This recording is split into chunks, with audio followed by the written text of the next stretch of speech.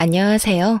얼마 전 남편과 이혼하고 아들을 홀로 키우고 있는 싱글맘입니다. 주변 사람들이 이혼 사유를 많이 궁금해했지만 지금까지는 한 번도 이혼 사유를 정확히 이야기한 적이 없어요. 왜냐하면 차마 이야기하기에는 너무 쪽팔렸거든요. 게다가 친정까지 팔리게 되는 일이다 보니 웬만하면 이야기를 안 하게 되더라고요. 하지만 사연 글이라면 익명성을 빌어 허심탄회하게 이야기할 수 있을 것 같아 이렇게 글을 써봅니다. 저는 평범한 중소기업의 직원으로 남편과는 사내 커플이었어요. 비밀 연애를 2년간 하고 결국은 결혼까지 하게 됐죠. 결혼할 때까지만 해도 이상한 점은 딱히 느끼지 못했어요. 남편도 시댁 식구들도 그저 평범한 사람들이었거든요. 아니, 그렇다고만 생각했죠. 그러나 결혼 후 2년째 되던 해 친정오빠의 첫째 아들, 그러니까 제 첫 조카의 돌잔치를 하게 된 이후부터 시댁 사람들이 어딘가 이상하다는 위화감을 느끼기 시작했어요. 오빠, 우리 귀여운 조카 돌잔치는 어디서 하기로 했어? 우리는 사람 많이 안 부르고 직계 가족들만 모셔서 호텔 레스토랑에서 식사 대접하기로 했어.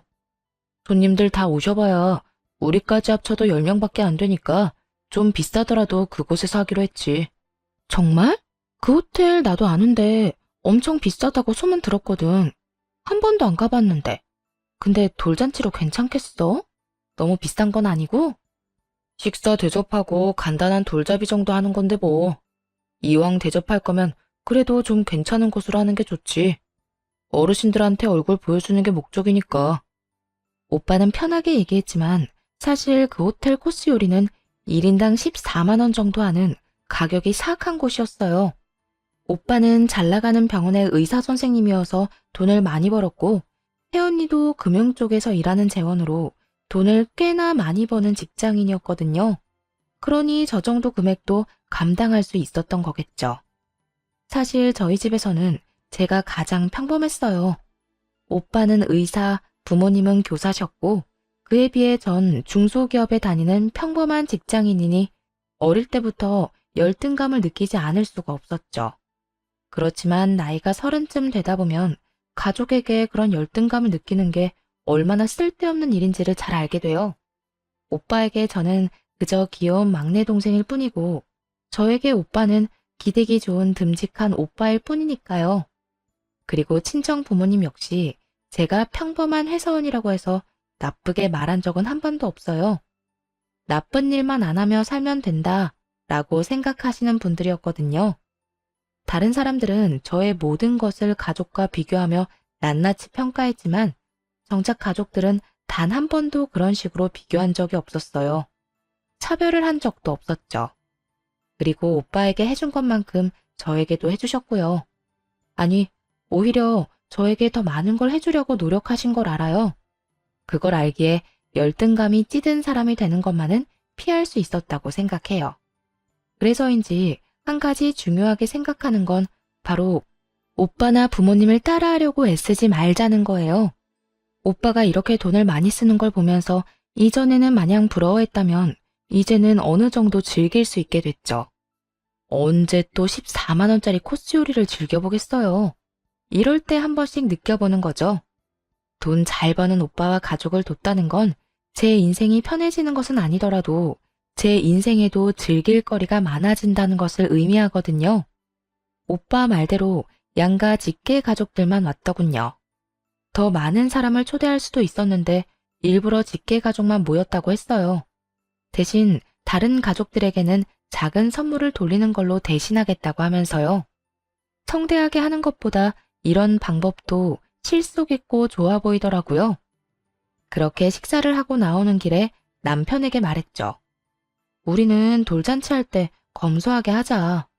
오빠네야 많이 버니까 그렇게 좋은 곳에서 할 수 있지만 우리가 그 정도 돈 쓰는 건 정말 낭비거든. 우리가 할 수 있는 선에서 아기자기하게 하면 될 거야. 한정식 집에서 5만 원짜리 코스 요리 정도면 괜찮지 않을까 싶네. 이 말에 남편은 좀 불만스러운 표정으로 이렇게 답하더군요. 그래도 어느 정도 급은 맞춰야 되지 않을까? 형님 오늘 하신 거 보니 우리가 너무 검소하게 하면 우습게 보일 것 같은데 당신 가족들도 그렇게 생각하실 거 아니야? 14만 원 코스 요리를 대접한 분들에게 5만 원짜리 코스 요리라니. 오빠가 유독 비싸게 한 것뿐이잖아. 그렇게 따지면 모든 사람들 돌잔치 비용이 상향 평준화되고 말걸? 솔직히 다른 사람들 돌잔치도 이만큼 비싼 건 아니잖아. 아무리 그래도 솔직히 14만 원 대접받아 놓고 5만 원은 너무하잖아. 못해도 10만 원 정도는 해야. 항상 내가 얘기하지만 우리 오빠가 그렇게 비싸게 했다고 해서 우리까지 그렇게 할 필요는 없어. 잘못하면 진짜 우리 가랑이 찢어진다. 우리는 우리 사정에 맞게 하면 돼. 일부러 우스갯소리를 하며 남편에게 말했어요. 30년을 가족과 함께 살았는데 저라고 그런 기분을 안 느껴봤겠나요? 누구보다 제가 제일 잘 알아요. 하지만 오빠는 그런 걸로 우리를 우습게 볼 사람은 아니었거든요. 부모님이 저희를 그렇게 키우지 않았으니까요. 그리고 언제든 도와달라고 하면 도와주실 분이라는 것도 알고 있거든요. 그런데 남편의 표정은 안 좋더군요. 그런 걸 받고 나서 검소한 돌잔치를 하는 건 비교가 된다고 생각했나 봐요. 아직 몇 개월의 시간이 남아 있었으니까 우리는 천천히 생각하기로 했어요. 그때가 돼서 결정하면 되겠다 싶었죠. 그런데 남편이 시모에게 친정 오빠네 돌잔치에 대해 이야기한 것 같더라고요. 시댁에 간 날 시모가 이런 이야기를 하더라고요. 예, 우리도 그 호텔에서 하자. 그 호텔이 그렇게 음식이 잘 나온다며? 그리고 고급지고. 솔직히 첫 손주인데 그 정도는 해줘도 되는 거 아니니? 어머님, 거기는 돈이 너무 많이 들어요. 저희가 하기에는 좀 버거운 곳인 것 같아요. 싫어, 얘. 나는 거기서 하고 싶다. 너희 오빠도 거기서 했다면서? 그런데 왜 우리는 못해? 못한다기보다 저희 사정에 맞추자는 거죠. 그리고 오빠가 한 곳이 아무리 좋다고 해도 굳이 우리가 따라할 필요도 없고요. 그리고 솔직히 인당 14만 원은 좀... 난색을 표하자 시모가 소리쳤어요. 솔직히 너희 친정보다 우리 시댁이 못한 게 뭐가 있니? 너희 친정에서 할 수 있으면 우리도 할 수 있는 거야. 나는 무조건 거기가 좋다. 사람들한테 설명하기도 얼마나 보기 좋니? 그런 건 허풍이라고 아무 쓸모도 없는 허세일 뿐이라고 말씀드리고 싶었지만 그런 말을 꺼내기가 쉽지 않더라고요. 대신 시모에게 최대한 설명을 하려고 노력했어요. 어머님, 그런 건 형편에 맞게 하는 거예요. 저희가 친정 오빠처럼 돈을 많이 버는 건 아니잖아요. 그렇다고 돈을 엄청 못 버는 건 아니지만 각자 사정에 맞춰서 하면 된다고 생각해요. 그렇지만 이런 말은 시모의 귀에서 튕겨져 나올 뿐이었어요. 무조건 그 호텔에서 하자는 시모를 보며 남편에게 눈치를 줬죠. 제 말은 듣지를 않으니 나서서 어떻게 좀 해보라고요. 시모를 달래든지 설득을 하라고 말이죠. 그런데 남편은 눈을 피하더군요. 시모 역시 계속 같은 주장만 해댔고요. 결국은 한숨을 쉬면서 시모에게 말했죠. 어머님이 그렇게 원하시면 한 가지 방법이 있긴 해요. 친정 시댁분들 다 같이 돌잔치를 하는 게 아니라 친정 따로 시댁 따로 돌잔치를 하는 거죠. 제 식구는 제가 해결하고 시댁 식구들은 남편이 해결하는 방향으로요. 이 말에 남편은 당황했지만 시모는 아주 좋은 생각이라며 손뼉까지 치고는 그 자리에서 무언가를 쭉쭉 쓰더군요. 이름이더라고요. 그리고는 남편에게 주며 이야기했죠. 예, 이거 너희 돌잔치에 모실 사람들 이름이다. 이 사람들은 다 초대해야 돼. 알아들었니? 한 사람도 빼놓지 말고 다 초대해. 슬쩍만 봐도 얼추 20명은 넘겠더라고요. 다시 정확하게 세어보니 30명이었죠. 시모가 원하는 호텔의 코스 요리는 인당 14만 원. 그리고 그날 하루 초대할 사람이 30명. 대충 계산해도 400만 원이 훌쩍 넘는 엄청난 금액이 나오더군요. 그제야 정신을 차린 남편이 허둥지둥 시모에게 말했어요. 엄마, 사람이 너무 많아요. 명단에 있는 사람 좀 줄여봐요. 여기서 더 이상 못 줄여. 이 사람들 다 중요한 사람들이야. 그리고 네 아들 보여주는 건데 소규모로 할 거면 뭐하러 하니? 무조건 다 초청해야 되니까 그렇게 알고 있어. 강경한 시모의 모습에 남편이 슬쩍 저를 보더니 말하더라고요. 여보, 미안한데 돌잔치 할 때 돈 좀 보태주면 안 될까? 400만 원이나 마련하는 거 좀 무린데. 나한테 그런 큰 돈이 어딨어. 미리 말하는데 나는 우리 부모님이랑 오빠들 모시고 1인당 5만 원짜리 한정식집 코스 갈 거야. 이게 내 선에서는 제일 괜찮은 선택인 거고. 그러면 너무 차이가 많이 나잖아. 그리고 당신이 돈을 아끼는 건데 아끼는 비용 나한테 준다고 생각하고. 내가 항상 말했지? 우리 상황에 맞게끔 하자고. 이거보다 더 크게 하는 건 내가 봤을 땐 낭비야.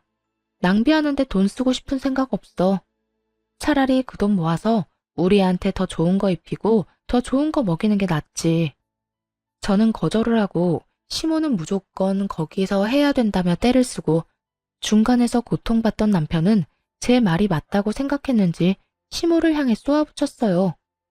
엄마, 진짜 부를 사람 좀 줄여야 돼요. 나 이만큼 다 초대 못해요. 400만 원이 어디 애 이름도 아니고.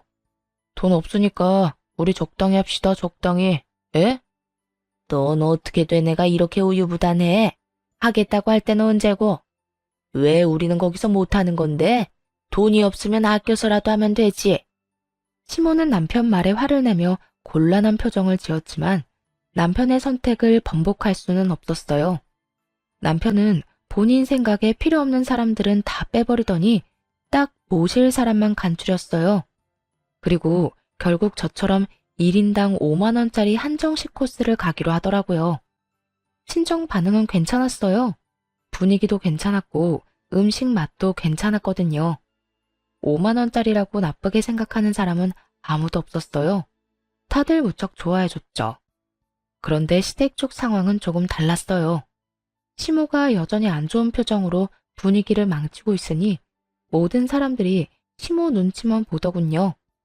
시모는 돌잔치가 끝났는데도 혼자서 씩씩대며 말도 하지 않았어요. 여전히 분한가 보더라고요.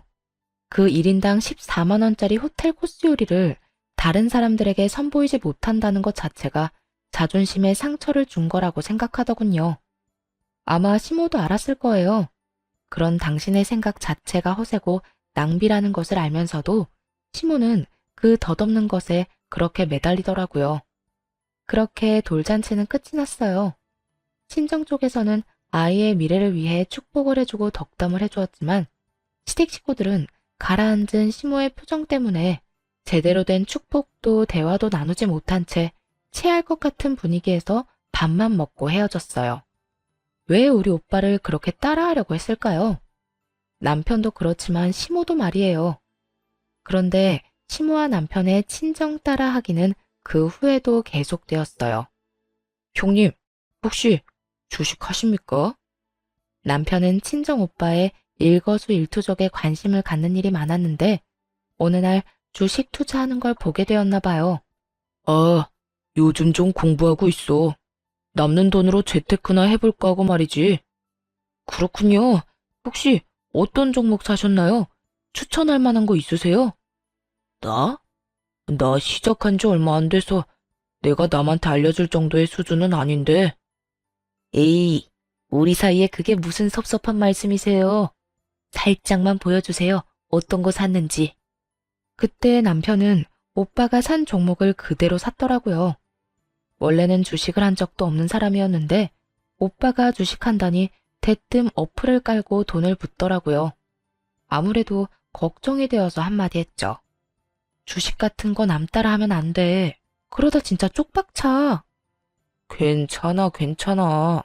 다른 사람도 아니고 당신 오빠잖아. 알아서 잘 되겠지. 내가 샀다는 거 알고 있는데 연락이라도 줄 거고.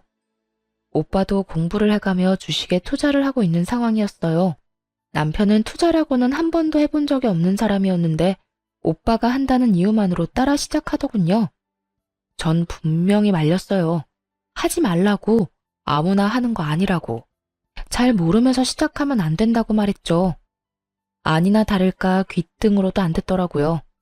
자기랑 우리 오빠가 뭐가 다르길래 왜 자기는 못하냐고 그런 말만 할 뿐이었죠. 그런데 시모는 더 심했어요. 저희 친정엄마를 따라하려고 열심히 노력하더라고요. 노후 대책의 일환으로 월세를 받을 수 있는 건물을 하나 구매하셨거든요. 그런데 시모가 어디서 그 이야기를 들었는지 자기도 노후 대책을 위해 건물을 하나 사야 되겠다며 허름한 건물을 하나 샀더라고요. 그걸 보고도 뭐라고 하진 않았어요. 뭐라고 하겠어요? 자기 돈 쓰는 거 자기 자유고 경고는 미리 다 했다고 생각했죠. 그렇게 몇 달이 지나서 이번엔 친정아버지의 생신날이 되었어요. 친정에서는 돈을 모아서 아버지 생일에 여행을 가기로 한 상황이었죠. 해외여행을 가려면 돈이 많이 필요한데 저와 오빠는 결혼 전부터 모으고 있던 통장이 하나 있었거든요. 매달 5만 원씩 꼬박꼬박 넣어서 지금은 500만 원이 된 통장이 하나 있었죠. 그리고 거기에 오빠가 1000만 원 정도를 더 보태고 친정 부모님이 나머지 금액인 1500만 원을 더 보태서 어른 6명과 아이 둘이 여행을 가게 된 거예요. 솔직히 저는 결혼 전부터 모은 그 통장을 제외하곤 따로 돈을 내진 않았어요. 저와 남편 몫을 부모님이 내주셨거든요. 그렇게 6박 8일 동안 유럽 여행을 다녀왔죠. 정말로 돈 한 푼 안 내고 해외 제대로 다녀온 거죠. 그런데 다녀온 뒤가 더 문제였어요. 예, 너희 외국 놀러 갔다 왔다며? 어떻게 돈을 그렇게 함부로 쓸 수가 있니? 돈이 넘쳐나니? 그리고 친정 어르신들만 모시고 갔다 왔다니 이게 대체 무슨 짓이니? 어머님, 그게 아니고 친정아버지 생신이라 오래전부터 모아둔 돈을 털어서 갔다 온 거예요. 그리고 저희는 돈 많이 안 냈어요. 두 사람 가는데 250만 원만 내고 갔다 왔으니까요. 돈을 많이 내든 적게 내든 너 생각하는 게 너무 웃기구나. 결혼 전부터 모아둔 돈도 결혼하면 부부 공동돈이야. 둘이서 같이 써야 하는 건데 왜 너희 집에만 쓰니? 왜 친정에만 돈을 써? 어머님, 친정에만 돈을 쓴 게 아니라 친정 아버지 생신이라 오빠가 여행을 가자고 한 거예요. 그리고 저희는 쓴 돈도 거의 없다니까요. 입에 침이라도 바르고 거짓말을 해. 어떻게 해외여행 가는데 돈을 안 내고 다녀와? 너는 항상 보면 그렇게 친정만 챙기더라. 친정에서 비싼 거 좋은 거 하니까 항상 친정만 챙기고 싶어? 말이 안 통하더군요. 아무리 아니라고 해도 시모 귀에는 들리지가 않는 모양이었어요. 남편에게 눈치를 줬더니 남편이 시모를 말리기 시작하더군요. 그렇지만 그것도 얼마 가지 않았어요. 시모는 더 크게 짜증을 내며 화를 냈어요. 진짜 너무하는구나. 우리를 어쩜 이렇게 홀대할 수가 있어? 친정에서 비싼 거 해준다고 친정만 챙기는 건 너무한 처사 아니니? 그러면 우리도 이번에 해외여행 보내주렴. 만약 우리도 돈을 내고 다녀왔다면 시모에게도 그렇게 해줄 수 있다고 생각해요. 그런데 저희도 끼어서 간 거고 돈도 제대로 내지 않았잖아요. 6박 8일 유럽 여행에 250만 원만 내고 갔다고 하는 것도 안 믿을 거고요. 게다가 가서 쓴 경비도 모두 저희 오빠와 부모님 돈이었단 말이에요. 그랬으니 우리도 갈 수 있었던 거였고요. 지금 그 코스 그대로 4명이 가자고 한다면 그건 불가능하다고 생각했어요. 일단 돈이 안 되니까요. 그런데 시무를 달래던 남편놈이 갑자기 뜬금없는 말을 꺼내더군요. 여보, 우리도 어머니 데리고 갔다 오자. 어머니 저렇게 원하시는데 우리가 계속 무시할 수도 없잖아. 무시하는 게 아니라 우리가 능력이 지금 안 되잖아. 친정에서 갈 때도 우리 정말 못만 갔어. 내가 결혼 전부터 모아놓은 돈 겨우 250만 원만 주고 둘이서 1000만 원치 놀고 왔다고. 그래도 이렇게 원하시는데 계속 거절하는 것도 아니지. 우리 부모님도 매번 보내달라는 거 아니잖아. 이건 당신 친정을 떠나서 그냥 내가 해드리고 싶은 거야. 그래? 그럼 당신이 해드리면 되겠네. 난 못 가니까 당신이나 두 분 모시고 갔다 오던지. 나라도 여행에 드는 돈 줄여야 되지 않겠어? 당신 돈으로 잘 다녀와. 야, 니년이 지금 정신이 있긴 해? 왜 우리 귀한 아들한테 다 넘기려고 하는데? 너도 같이 가서 해외여행 경비 절반은 네가 내야지. 당연히 그래야 하는 거 아니니? 전 그만큼 큰돈 낭비할 생각 없어요. 가고 싶으신 분들만 가세요. 친정에는 그렇게 해주고 시댁에는 하나도 해주기 싫으니? 나는 너희 친정에서 한 것처럼 똑같이 할 거야, 똑같이. 그러니까 너도 같이 가. 같이 가서 돈 내. 슬슬 저도 열이 받았어요. 왜 이렇게 떼를 쓰는지 모르겠더라고요. 차라리 국내 여행을 갔다 오자고 했으면 같이 갔을 거예요. 부담도 덜 되니까요. 저희가 충분히 여유가 되는 것도 아닌데 왜 막무가내로 저러는지 도무지 모르겠더라고요. 그것도 친정 이야기까지 들먹여가면서요. 시모의 그런 모습을 못 본 채 하고 남편에게 말했어요. 당신도 진짜 너무하다고 생각 안 해? 우리 아빠가 우리 여행 같이 갈 때 뭐라고 했는지 잊었어? 결혼하고 애 낳고 잘 사는 모습 보여줘서 고마운 마음에 여행 경비 대주는 거라고 말씀하셨던 건 잊었냐고. 뭐 이야기가 왜 여기서 나와? 너 진짜 협조 안 할 거야? 우리 부모님은 부모님 아니야? 왜 우리 부모님은 모시고 가기 싫어하는 건데? 모시고 가기 싫은 게 아니라고. 차라리 국내 여행을 가자고 했으면 흔쾌히 같이 갔을 거야. 그런데 해외여행은 아니잖아. 돈이 얼마나 많이 드는지 알잖아. 그러니까 우리 둘이서 돈 절약해서 모으면 되지. 그리고 나머지는 카드로 긁으면 어떻게든 될 거 아니야. 카드? 너 지금 빚내서 가자는 거야? 그 여행 가는데 최소 1,000만 원은 든다고 정신 좀 차려. 우리 집 살 때 대출 받는 것도 벌벌 떨었어. 왜 빚을 내면서까지 부모님 해외여행을 보내드려야 해? 능력 있을 때 돈 생기면 그때 보내드리면 되잖아. 너 지금 나 돈 없다고 무시하는 거야? 와, 너 그렇게 안 받는데 진짜 너무하다. 하기야, 친정에 그렇게 돈이 많으니까 무시할 만도 하겠네. 그래서 우리 엄마도 나도 이렇게 무시하는 거야? 남편 말을 듣고 있으니 정말 열불이 터지겠더라고요. 남편과 시댁을 무시했으면 결혼은 왜 했겠어요? 왜 이런 인간을 데리고 아버지 생일날 해외여행까지 갔다 왔겠냐고요. 그게 다 이 인간이랑 잘해보려고 그렇게 한 건데 이 사람은 그저 시모의 짜증에 동조해서는 그 이야기만 내내 하더군요. 그놈의 해외여행. 아니, 가고 싶으면 지들끼리 갔다 오면 되잖아요. 왜 나를 끼워가려고 하는 건지. 돈 더 내게 할 생각으로 그런 거라는 건 알지만 아무리 생각해도 이건 돈 낭비잖아요. 무시할 거였으면 내가 너 데리고 해외여행을 왜 가? 그렇다고 내가 돈 없다고 너한테 뭐라 한 적 있어? 그런 적 단 한 번도 없어. 나는 내 형편 이해해. 그런데 네가 왜 그걸 이해를 못해? 잘난 부모님 오빠들 틈에서 열등감 가지며 살았던 저도 현재 상황과 처지를 이해하며 살고 있었어요. 가족들과 비교하면 별거 아닌 인생처럼 보일지라도 때때로 그렇게까지 못 사는 건 아니라고 깨닫기도 해요. 잘난 가족들과 함께 있으면서 깨달은 게 하나 있는데 그건 바로 비교하지 말자는 거였거든요. 비교해봤자 끝이 없고 차라리 그럴 시간에 좀 더 잘 사는 법을 찾는 게 더 빠를 일이었죠. 이에 대해서는 결혼할 때도 남편에게 몇 번이고 이야기했었어요. 오빠는 오빠고 나는 나다. 그러니까 나는 나답게 살 거라고 말이죠. 남편에게도 오빠 하는 거 신경 쓰지 말라고도 했었고요. 일부러 보여주려고 그러는 것도 아니고 그저 나에게 잘해주고 싶어서 비싼 것도 대접해주고 선물해주고 하는 거 아니라고 말이에요. 그래서 나도 오빠에게 열등감 같은 건 안 갖는다고요. 그러니 너도 우리 오빠나 아빠 행동 오해하지 말라고. 그런데도 남편은 우리 가족을 향한 열등감을 드러냈어요. 그건 시모도 마찬가지였죠. 그러니까 되지도 않는 요구를 하면서 무리한 부탁을 하는 거였겠죠. 그래서 결국 해주기 싫다는 말이잖아. 나더러 분수나 지키면서 살라는 거고. 이게 그렇게 힘든 일이야? 시부모님 위해서 돈 좀 쓰라는 게?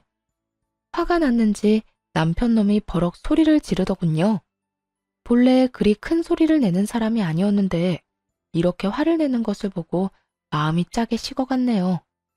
해주기 싫다는 게 아니라 이유를 들었음에도 여전히 따지고 있었고요.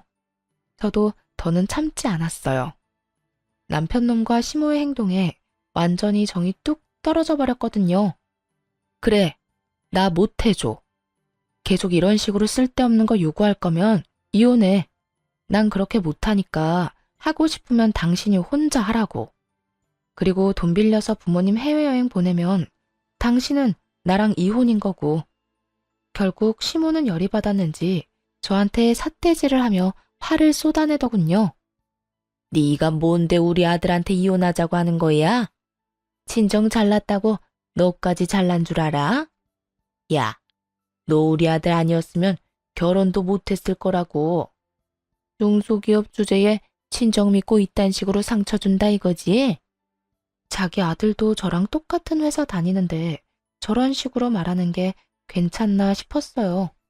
하긴 화가 나니까 아무 말이나 하는 거겠죠. 그 말이 아들을 더 비참하게 만드는지도 모르고 시모가 저러니 저도 시모에게 말해줬죠. 이혼에는 남편놈 지분뿐만 아니라 시모 지분도 듬뿍 들어있다는 사실을요. 어머님도 똑같잖아요. 저희 친정이 그렇게 부러우세요? 뱁새가 황새 쫓아가다가 가랑이 찢어진다고. 지금 어머님이랑 이 사람 가랑이가 찢어지기 일보 직전이거든요. 여행 가고 싶으면 본인 돈으로 가세요. 며느리한테 손 벌리지 말고. 야, 너 진짜 여태껏 우리를 그런 식으로 생각했니? 우리가 왜 너희 집을 부러워해? 그런 집에서 시집 오니까 우리가 열등감 가진 사람처럼 보여? 그리고 누가 손을 벌려? 우리도 너 필요 없어. 전곡을 콕 찔렀는지 시모가 얼굴이 빨개진 채로 반박하더군요. 그러니까요. 열등감 가진 것도 아니고 우리 집 따라 하려는 것도 아니면 그냥 본인 돈으로 여행 갔다 오면 될 일이잖아요. 그런데 왜 저랑 남편을 붙잡고 저런 말을 하는 건지. 그러니까요. 능력 되시면 알아서 갔다 오면 되는데 계속 애먼 아들 부부만 붙잡고 늘어지니 하는 말이잖아요. 그리고 아들 말 못 들었어요? 돈 없으니 카드 빚내서 가자고 하잖아요. 아들 빚 만들면서 여행 가는 거 기분 참 좋으시겠어요? 우리 아들이 홧김에 그런 이야기 한 거지. 진짜 능력이 없어서 그런 말 한 거 아니야. 너는 네 남편 능력을 그렇게 폄하하고 싶은 거야? 폄하가 아니라 진실이고 저희 벌어봐야 그렇게 많이 못 벌어요. 정말 걱정돼서 한 이야기라고요. 이러다가 망하는 거는 시댁이니까. 아니, 뭐 할 때마다 다 따라하면 돈이 남아 나겠냐고요. 넌 망한다는 말을 어떻게 그렇게 쉽게 해? 네가 이렇게 속 좁은 인간인지 몰랐어. 차라리 친정에 돈을 빌려서라도 같이 갔으면 이렇게 우리 엄마랑 나랑 싸울 일은 없을 거 아니야. 남편놈의 입에서 무심코 나온 말이 순간 제 머리를 꽝 하고 쳤어요. 친정에 돈을 빌려서라도 같이 가자니 이게 무슨 해괴한 말인가요? 지금 그 말은 친정 돈으로 시댁 호강시켜주자는 말이잖아요. 이 이야기를 듣는데 수만 가지 생각이 스쳐 지나가더군요. 남편놈이 필사적으로 오빠와 아빠를 따라하려고 했던 것이 열등감 때문이라고 생각했는데 그게 아니었을 수도 있다는 생각이 들었어요. 설마 우리 집 돈을 노리고 나랑 결혼했나? 싶은 생각이 순간적으로 들었죠. 너 미쳤어? 왜 내가 친정에서 돈을 빌려서 시댁 해외여행을 보내줘야 되는데? 넌 그럼 우리 엄마가 뭐 하자고 하면 돈 빌려줄 수 있어? 너희 엄마한테 돈 좀 빌려달라고 얘기할 수 있냐고. 아니, 장인 장모님은 돈 많이 버시잖아. 굳이 우리한테 돈 빌릴 일이 없지. 당신 우는 소리 조금만 해도 어차피 돈 주실 거 아니야. 그런 쉬운 방법을 두고 무슨 우리 부모님이랑 계속 싸우냐고. 우는 소리만 해도 돈을 준다니 딸 자식에 대한 부모의 마음을 감히 저딴 더러운 생각으로 까내리는 남편놈을 보며 분노가 치솟다 못해 완전히 터져버렸어요. 저희 부모님이 마음이 약해서 물심양면으로 지원해주는 면이 있다는 건 저도 알아요. 그래서 신혼집을 살 때도 부모님이 많이 지원해줬거든요. 솔직하게 말해서 남편 말처럼 하면 부모님은 뭐든 저한테 해주실 분이란 것도 잘 알아요. 마음만 먹으면 그 재산 빼서 남편과 시댁 배부르게 할 수도 있겠죠. 그런데 그런 짓을 하려면 시댁과 남편에게 최소한의 애정이라도 있어야 가능한 거잖아요. 남편 놈은 그 최소한의 애정마저 다 사라지게 만들어 놓고는 태연스럽게 졌단 말을 하더군요. 그게 쉬운 방법이라고? 우리 부모님 돈 빼기 쉬운 법? 너 설마 우리 부모님 재산 보고 나랑 결혼했니? 너 이런 식으로 생각하고 있었던 거 나는 여태 몰랐는데? 갑자기 결혼에 의심이 확 드는데? 아니, 말이 그렇다는 거지. 돈 많은 집에서 돈 빌려다 쓰는 게 뭐가 그렇게 어려운 일인데? 네가 말 한마디 하면 돈 척척 내주시는 분들이잖아. 그 덕 좀 보자는데 뭐가 그렇게 짜증인데? 야, 놀러 가고 싶으면 네가 돈 벌어서 가. 왜 우리 엄마한테 너희 가족 놀러 가는 비용을 대달래? 정신 나간 놈아. 공짜로 얻어먹은 게 얼마인지 기억도 안 나지? 인간이 염치가 없으면 분수라도 알아야 되는 법이야.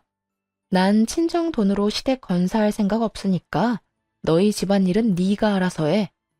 야, 누가 우리 집 건사하겠어? 그냥 여행만 잠깐 편하게 갔다 오자는 건데. 내 앞에서 여행의 여자도 꺼내지 마. 네가 우리 집 어떻게 생각하는지 잘 알았으니까. 애는 내가 데리고 가서 친정에서 키울 거니까 그렇게 알아. 너한테 친권, 양육권 갈 일 없으니까 괜한 기대하지 말고. 치열하고 힘든 과정이 될 거라고는 생각했어요. 시모와 남편이 양육비를 주는 것에 협조적이지 않아서 애를 데려가려고 생각하고 있더군요.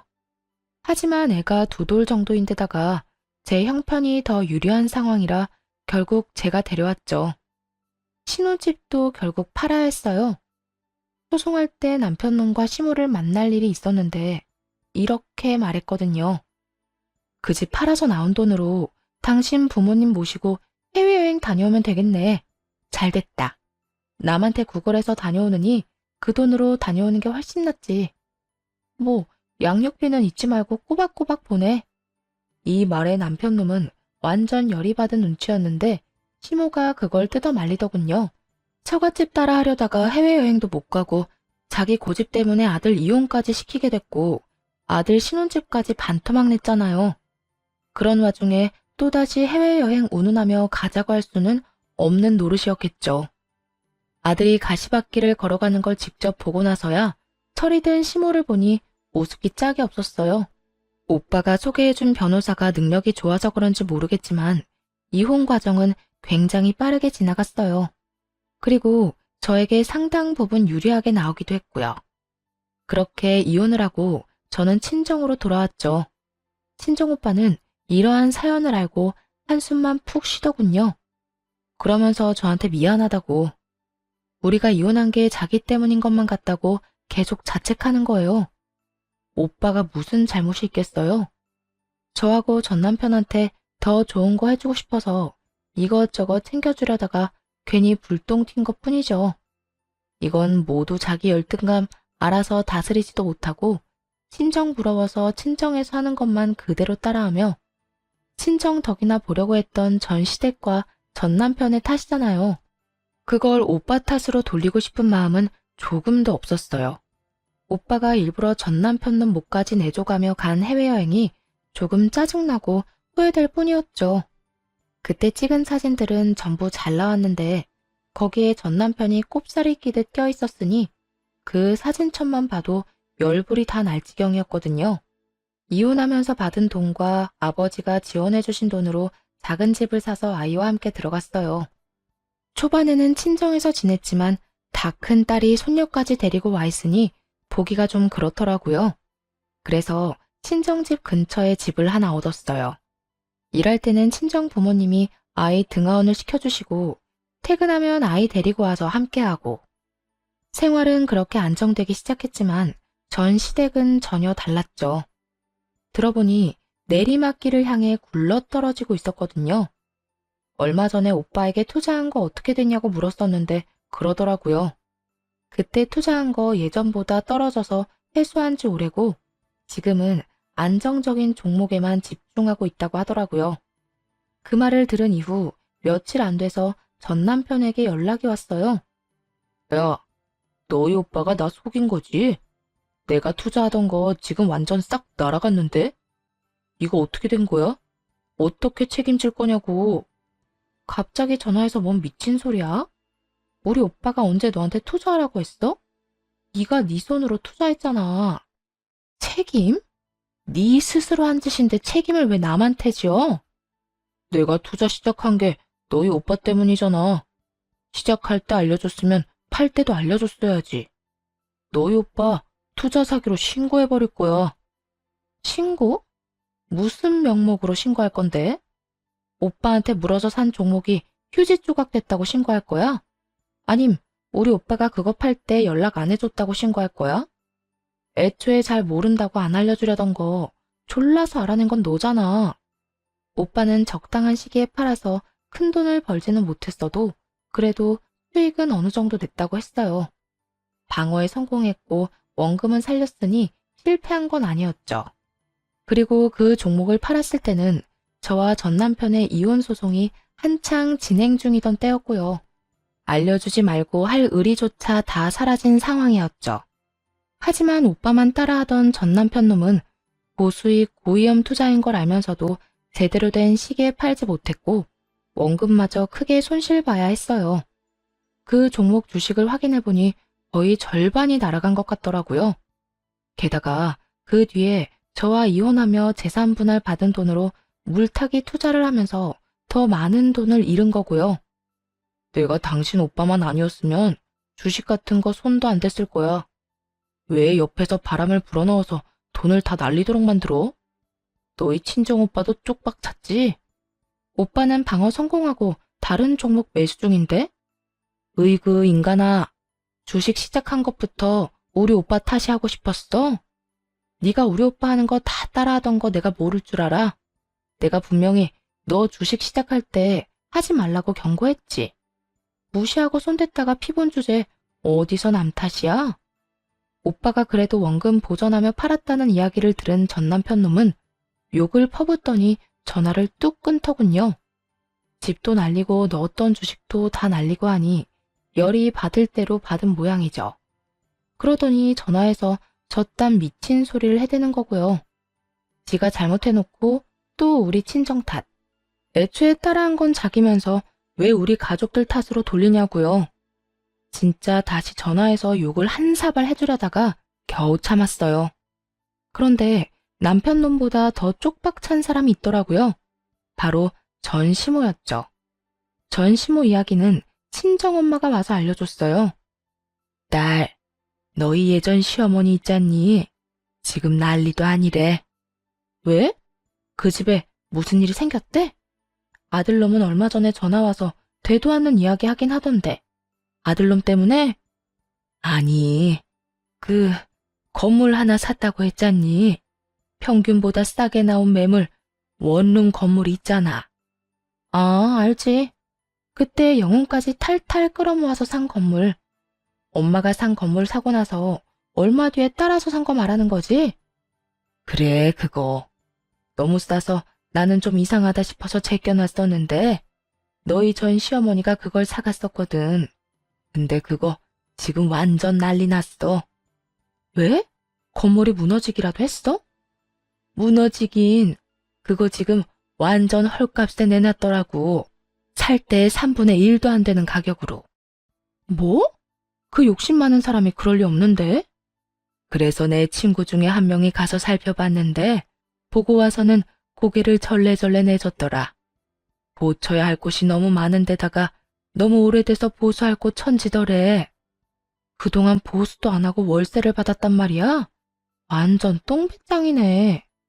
그러니까 월세를 많이 높이기에는 방 상태가 영 안 좋아서 새 세입자가 안 들어올 거고 그러자고 보수를 하자니 돈이 한두 푼 드는 게 아니고 둘러보는데 사람 살고 있는 곳이 세 곳뿐이었다고 하더라고. 완전히 망했네? 아니, 왜 그랬을까? 상식적으로 생각해봐도 깨끗해야 사람들이 잘 들어올 거 아니야. 그게 하나같이 문제 있는 사람들만 남아있대. 왜? 욕하고 소리 지르고 하는 사람들 있잖아. 결국 고칠 곳은 많지. 그런 세입자들 때문에 다른 세입자들은 계속 빠져나가지. 아예 감당이 안 되는 것 같더라고. 당시 전시모가 그 건물을 살 때 기뻐했던 모습을 떠올렸어요. 그때 시모는 대출을 엄청 끌어서 그 건물을 샀거든요. 그러면서 매달 나오는 월세로 대출도 갚고 용돈도 벌겠다며 완전히 희망에 차서 말을 했었죠. 그러면서 건물 살 때는 최소한의 확인도 안 해보고 그냥 싸다는 이유만으로 덜컥 계약을 한 거였던 거예요. 당시에 제대로 확인하고 건물을 샀으면 이런 일이 벌어질 리 없었을 거예요. 제대로 관리가 잘 된 건물이어야 월세를 많이 받을 수 있으니까요. 결국은 지금도 팔려고 내놓긴 했는데 상황을 보니 사려는 사람이 없다고 하더라고요. 도리어 가격을 완전히 후려쳐서 허물고 그 자리에 새로 지으려는 사람만 오니 말 다 한 거죠. 그런데 더 웃긴 일이 하나 더 있었네요. 근데 네 전 남편도 상황은 별로 안 좋아 보이던데? 얼마 전에 쫓겨났다는 이야기 들었어. 시댁에서 쫓겨났다고? 시모가 아들을 쫓아낼 사람은 아닌데? 의아했던 저는 이내 그 이유를 알 수 있었어요. 전 남편이 얼마 뒤 제게 찾아왔거든요. 새빨간 꽃다발을 들고. 처음에는 이게 무슨 몰래카메라인 줄 알았어요. 장미 꽃다발? 결혼하고 나서 단 한 번도 준 적 없던 꽃다발을 왜 지금 가져왔는지 의문이었죠. 뭐, 그 이유는 금방 알 수 있었지만요. 여보, 나 아직 당신을 마음속에서 완전히 정리 못했어. 나는 당신 남편이잖아. 제발 나 좀 용서해줘, 응? 우리 좋았던 날들도 많았잖아. 전 남편 놈은 정말 닭똥 같은 눈물을 뚝뚝 흘리며 감히 용서를 해달라며 이야기하더군요.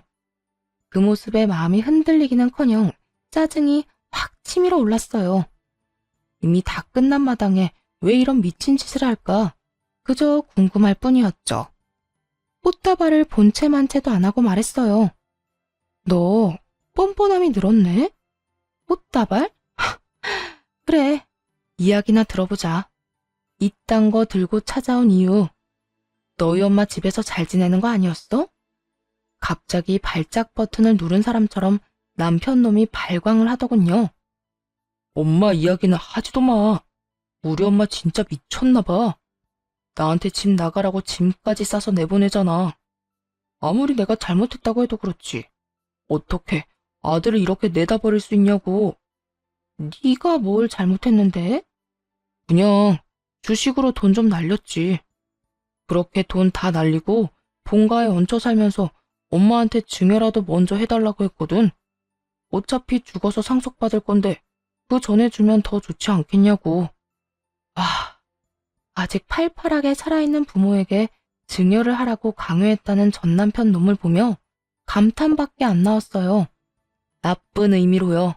전 남편은 제 눈에 한심함이 차는 것도 못 보고 자기 할 말만 주절거리더군요. 근데 엄마가 완전 미친 사람처럼 화를 내는 거야. 아니, 그 말도 안 되는 원룸 건물 내가 사라고 했나? 그게 매달 적자가 나는 게 어떻게 내 탓이야? 엄마 탓이지. 보는 눈도 없으면서 그런 건물 사서 처치도 못하고 있으니 죽을 맛인 건 알지만 그걸 내 탓으로 하는 건 아니지. 전 남편이 시모에게 미친 짓을 하니 시모가 내쫓았던 거더라고요. 귀한 아들, 우리 아들 하며 난리치더니 결국은 자기 힘드니 쳐내버리는 거 보고 참으로 얄팍한 가족이구나 싶었어요. 저는 전 남편에게 똑똑히 말했어요. 당신 이야기 들으니 확신이 선다. 절대로 거기 돌아가면 안 된다는 거 말이야.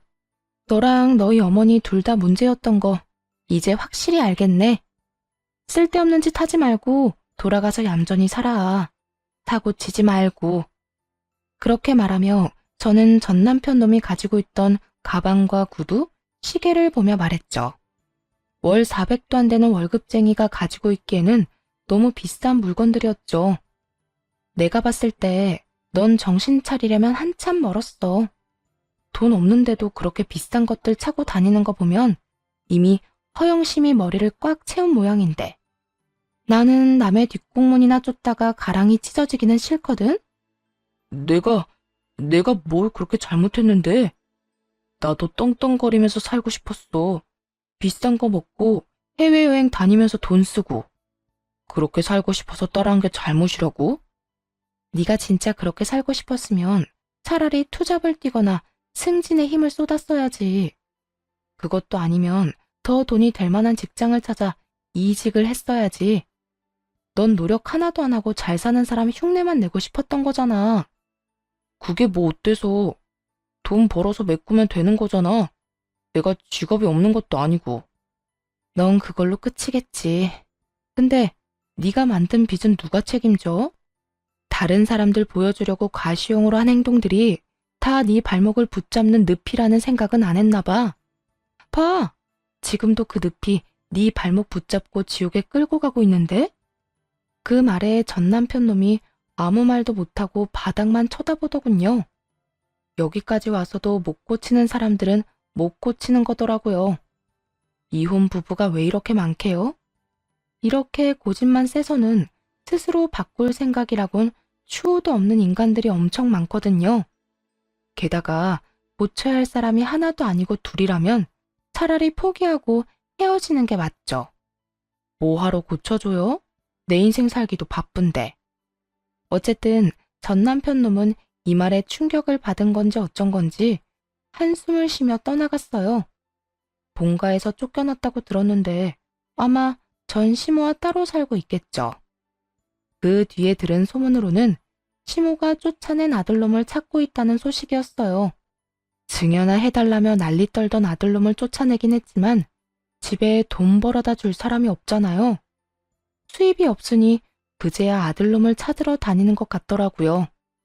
건물은 여전히 팔지도 못하고 말이죠. 그래도 조만간 헐값이라도 팔 생각인 것처럼 보이긴 하더라고요. 금액이 점점 낮아지는 걸 보니 저는 한 차례의 결혼과 이혼을 통해서 뱁새가 황새 따라가다가 가랑이가 찢어지는 걸 두 눈으로 확인했어요. 옛말에 틀린 말 없다는 걸 또 알게 됐네요. 행복은 우리 안에 있는 거지 남에게서는 절대로 찾을 수 없다고 생각해요. 앞으로도 욕심 부리지 말고 제 형편에 맞는 행복을 찾으려고요. 쓰다 보니 글이 길어졌네요. 긴 글 읽어주셔서 감사합니다. 즐거운